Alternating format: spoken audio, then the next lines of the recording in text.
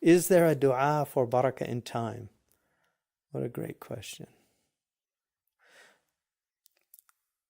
The best way to get baraka in time, I would say there's three ways.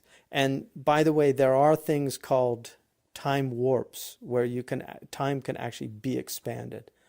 And this is undeniable for anybody that has been to Medina and experienced a day in Medina, which is not like a day anywhere else in the world.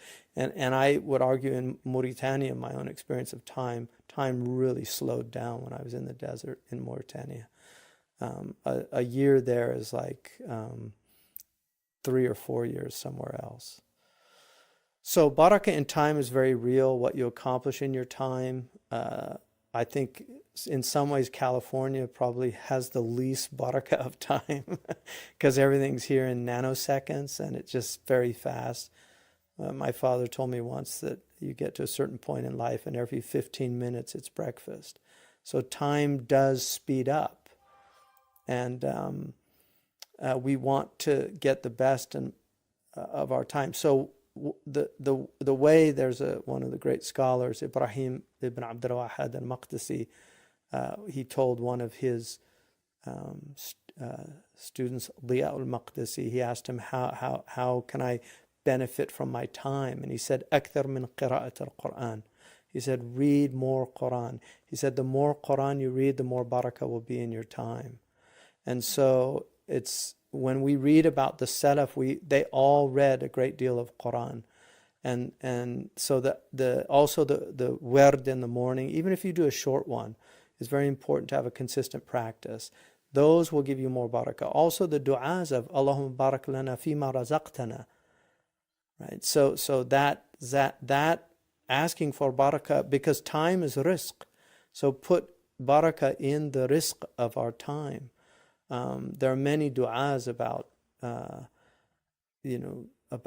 barakah, and so just asking for that time expansion, but qira'at al-Quran, and then praying on time, not missing your prayers, because the Sayyidina Umar and the Muwatta begins with the hadith of the awqat al-salat. And it's very interesting that Imam Malik began his book with the hadith about the prayer times. And Sayyidina Umar sent a letter out. This is in the Muwatta. He sent a letter out to all the governors.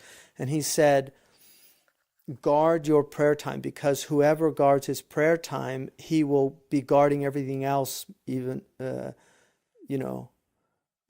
that if you protect your prayer times, Allah will protect all your other times. So it's very important to have your prayer times on time. And then the third thing, so a lot of Quran, making sure that you're praying on time. And then the third thing is getting up early. The Prophet ﷺ said, my ummah was blessed in the early part of the day. And anybody who knows this, if you stay up after Fajr, you will look at the clock and it'll be like 10 o'clock and you'll feel like you've had a whole day. Whereas if you sleep after that time, which is in our traditions called Nawm al-Nadama, the remorseful sleep. If you sleep after that time, what you'll find is you get up at 8 or 9, and then before you know it, it's 3 or 4 o'clock. And then the day's over. And this is something everybody has experienced. So those are the ways to get barakah in time. Wallahu a'lam. How about when you have the time, but your brain is overwhelmed and can't take anything in? That's a problem, because we all feel that. Just recreation is very important. Taking walks is important. When you feel that way, just go and take some time. Also, just being in nature, what the Japanese call forest bathing. Just going out into nature. Nature will rejuvenate just by the experience of being in a natural environment. It will rejuvenate your spirits. Also, just maintaining good health, like exercising and eating well, is very important. So brain fog is real, and one of the ways to to do that. Real study is very tiring. It really can exhaust you. It's invigorating and it's tiring like exercise. So you need breaks from that time.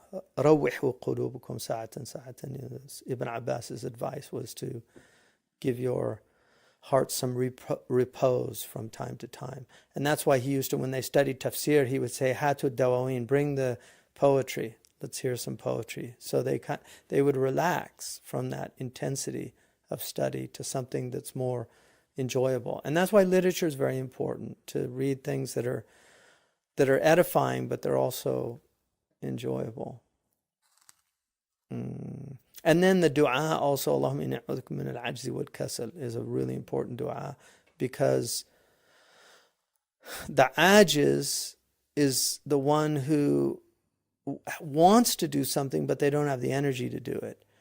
The kaslan is the one who has the energy but doesn't want to do it. So the Prophet sought refuge from both states, from laziness but also from incapacity.